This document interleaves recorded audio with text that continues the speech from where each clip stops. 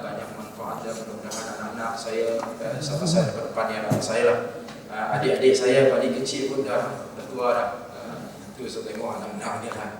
Tingkatan 5 ni anak saya pun dah tingkatan 5, tingkatan 4 dan sebagainya. Sebaya berarti anak-anak saya rasa apa yang telah dibentang itu sangat penting. Sangat penting, dan saya juga ingin mengucapkan tahniah kepada semua yang peserta khusus pada petang ini. Mudah-mudahan anak-anak dapat memanfaatkan ilmu yang telah dibekalkan. Sebab bagi saya, sebagaimana diucapkan oleh pengarah program tadi, mengatakan sebenarnya pada masa ini kita persaingan kita sangat hebat. Persaingan kita di luar itu sangat hebat. Dari segi ekonomi, bagi saya memang orang kita ini Islam ni, Melayu ke sebagainya, memang kalah jauh lah, ketinggalan jauh. Sekarang yang kita nak perjuangkan, biarlah kita menang dalam pendidikan, menang dari segi kejayaan kita. Tetapi tahun lepas saya ingat saya pernah dibentangkan oleh seorang pensyarah daripada UNIMAS, UiTM, dia bentangkan tentang pencapaian mahasiswa kita.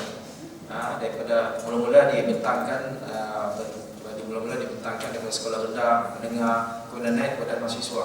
Saya tengok yang bagi saya yang sangat-sangat terkilat ialah tentang prestasi mahasiswa kita, pelajar-pelajar kita. Sebenarnya kalau saya tengok, kalau mahasiswa bukan Islam ni, kita ambil Cina, Iban, Tamil dan sebagainya, dia daripada sekolah rendah tu dia macam ni naik. Saya tak dapat tunjuk graf sebenarnya. Graf tu ada pada saya, kalau nak buka tu bukan nama. Dia naik macam ni.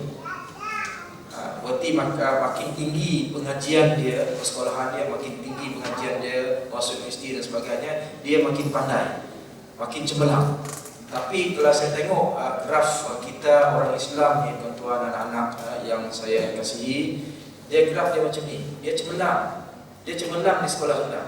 Tapi apabila masuk PMR dia makin turun, SPM dia makin turun, jadi mahasiswa dia makin turun terus. Itu sangat-sangat bagi saya sangat-sangat bahaya, sangat-sangat berbahaya bagi kita. Sebab itu saya mungkin masa saya untuk menyampaikan ucapan ini tak panjang sangat, saya dimaafkan 10 minit je, okeylah, tapi yang penting anak-anak sekalian, kalau anak-anak ditawarkan ke universiti mana pun nanti, tumpukan perhatian sepenuhnya pada pelajaran, tumpukan perhatian sepenuhnya pelajaran. Lawan dengan kaum yang lain itu, biar kita cemerlang, pointer kita tinggi.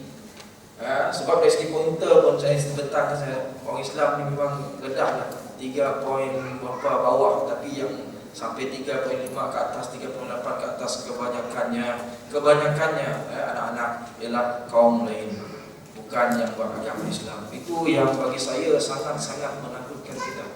Bagi saya lah, supaya saya juga sebagai pendidik sebelum ni, sangat-sangat menakutkan kita.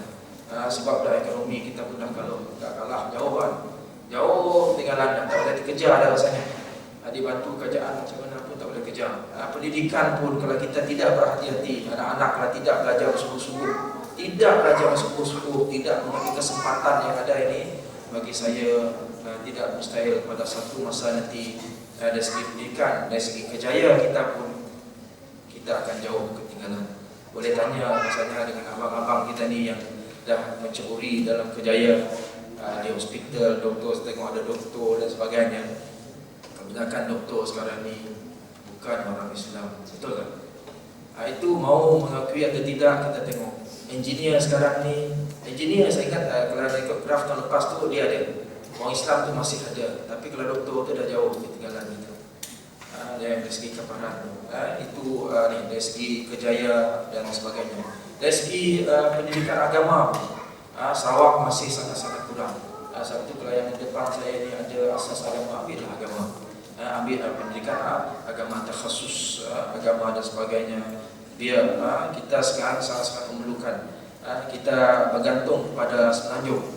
Lebih kurang kalau guru pendidikan Islam kita sekarang ni di sekolah menengah rendah lebih kurang orang Sarawak je lah katakan lebih kurang 30%, nanti tidak sampai 40%. Berarti 60 ataupun 70% itu adalah daripada Semenanjung, import daripada Semenanjung. Sebab itu bagi saya, anak-anak yang dikasih istirahat, belajar sungguh-sungguh, kemudian gunakan kesempatan. Kita ada Quran, kita ada hadis. Dalam hadis satu saya berkongsi, pertama mungkin selalu ada tuan-tuan, anak-anak dengar, "Ightanim khamsan qabla khamsin." Ambil 5 kesempatan, kata Nabi. Ambil 5 kesempatan sebelum hilang 5 kesempatan. Yang pertama, syababaka qabla haramika. Masa muda atau remaja kamu ini sebelum waktu tua. Ini remaja ni ada apa masalah? Dengan Facebook dia, depan TV dia dan sebagainya. Buangkan. Tumpukan perhatian pada pelajaran. Ada tempat yang lain, masa kosong, masa lapang kita sebelum datang waktu sibuk kita, masa sihat kita sebelum waktu sakit kita, masa kita kaya sebelum datang waktu fakir kita, dan sebelum waktu kita hidup ini sebelum kita diambil kembali oleh Allah Subhanahu Wa Taala. Maka gunakan kesempatan itu, anak-anak yang dikasihkan. Itu saja rasanya ucapan saya.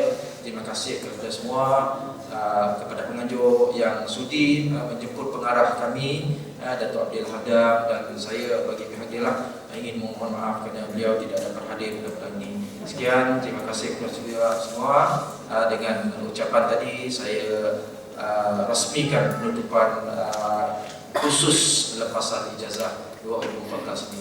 Sekian, Assalamualaikum warahmatullahi wabarakatuh. Terima kasih Puan Haji